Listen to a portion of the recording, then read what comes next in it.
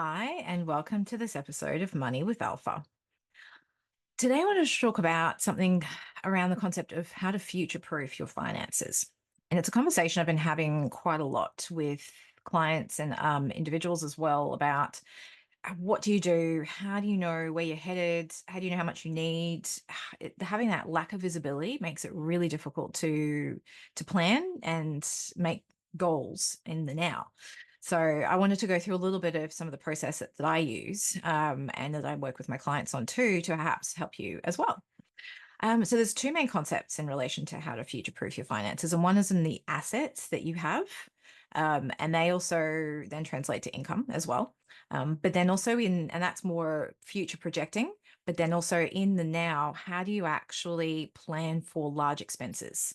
And that one is really important too, because if you don't plan for them or at least start saving for them, when they happen, you then have to go into debt to pay for them, or maybe there's a payment plan available, but it will be it'll be a burden financially on you. So trying to avoid that. So I'll focus first on the asset side of it. Now, there's a concept which you may have heard this term. It's called net worth. It's essentially what you own, so the assets that you own, and then the liabilities you have against those assets, so what you owe. So it's an own versus owe situation. So it's a little bit like a profit concept, but in relation to assets and liabilities. So if, for instance, you own a house, the house has an intrinsic value, that's an asset. But then if you've got a mortgage on it, then there's a liability against it. So you can't just take the $1 million of the asset without taking into account the $500,000 in liability against it. So your net asset there is only $500,000. So that's the net worth, but it's a collection of all of the things that you own and then all of the collection of the things that you owe against assets. And why this is important, when you look at where you're headed in terms of ultimately we want to have a comfortable retirement, and that will mean something different to everyone. I know that the Australian government uses the word dignity. I was like, well, what does that actually mean? So there's a lot of room for interpretation in this as well. So this is why you need to get clear on what it is that you actually want. Do you want to have a big European holiday in retirement every 2 years? Do you want to buy a camper trailer and travel around the country? Or, what would you like to do? Are you happy to just sit at home, or go to the theater every now and then, and just generally live a slightly sort of less expensive life? And also then how much do you want to leave at the end, if anything, to family? So there's so many different variables there, but if you don't start thinking about them, then it'll be difficult to actually achieve anything that in the realm of what you want. So let's look at the asset side. So what I often do now is I'd say take out a pen and paper. If you can't do that right now, you might want to write yourself a note to do this later, or figure out a way to maybe pull over and just write yourself a quick note if you're driving while you're listening to this. Is write a list down of your home, if you own a home, the value of it, any other assets, like even a car, what it would be worth at the moment. If you have a boat or a jet ski or an investment property, shares, your superannuation or your retirement fund, any other kind of like gold, jewelry, art, anything that's of value, write it all down. Write down what you think its current value is in the present terms. And if you're not sure on a property, just go on. There's so many different websites where you can, like, there's realestate.com in Australia. There's so many different websites where you can find that out. And it doesn't have to be absolutely accurate. We just want indicative at the moment. And then next to that column, anything that you owe, like, do you have a mortgage still? What's the value? What's the balance of the mortgage? Do you owe anything on your car? What's the balance of that debt? Do you owe anything on the boat? What's the balance of that? If it's an investment property and you have a loan, what's the value of the loan, or what's the balance of the loan at the moment?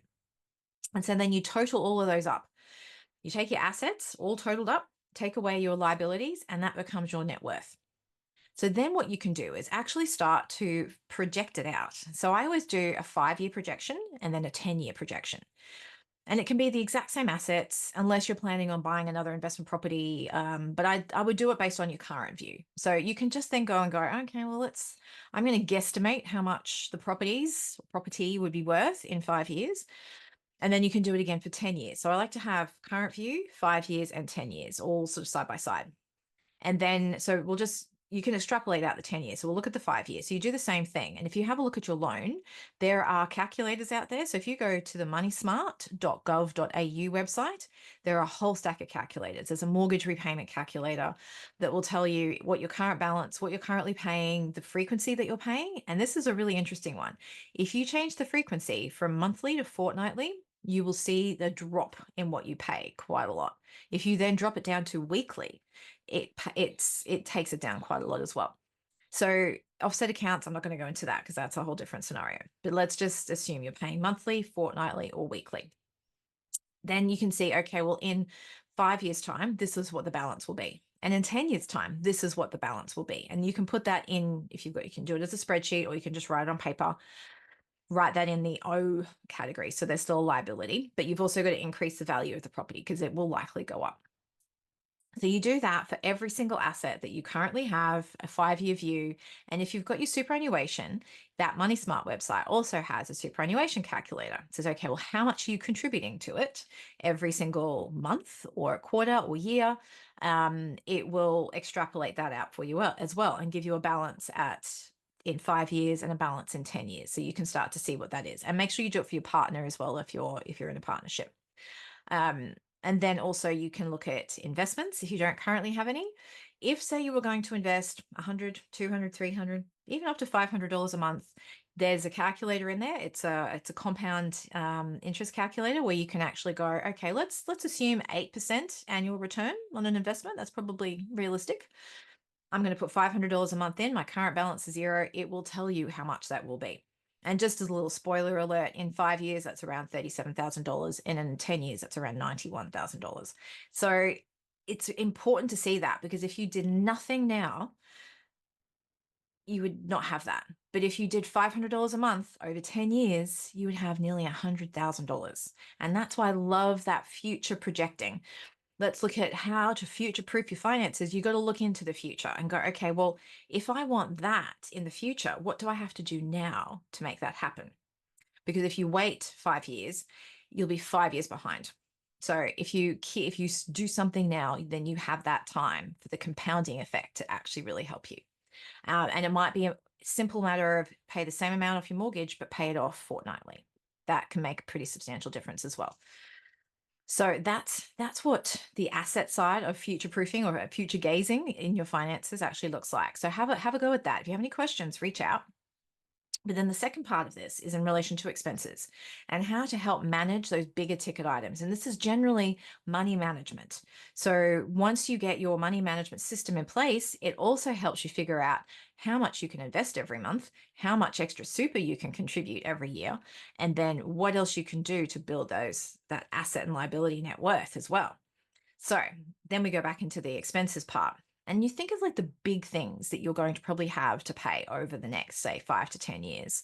You could want a new car. I know for us, we were saving for a new car. I don't buy cars very often. My last car I had for 20 years. I'm hoping this one will last me about that as well. We'll see.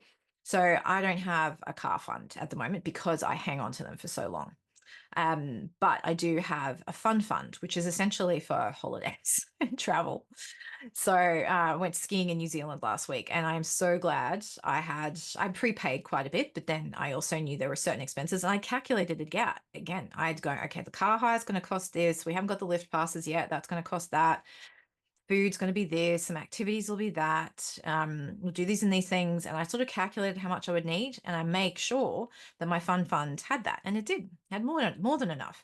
So that when my credit card bill comes, I'll be like, oh yeah, that's a big one this month. But then I knew it would be because I've got my holiday on there and here's the money sitting there to pay it. Yay, I can, keep saving again now for the next holiday. Or whatever other fun, theater tickets or whatever it happens to be, whatever's fun for you. So fun holidays in particular, you might want to take the whole family to, I don't know, to Disneyland or on a cruise.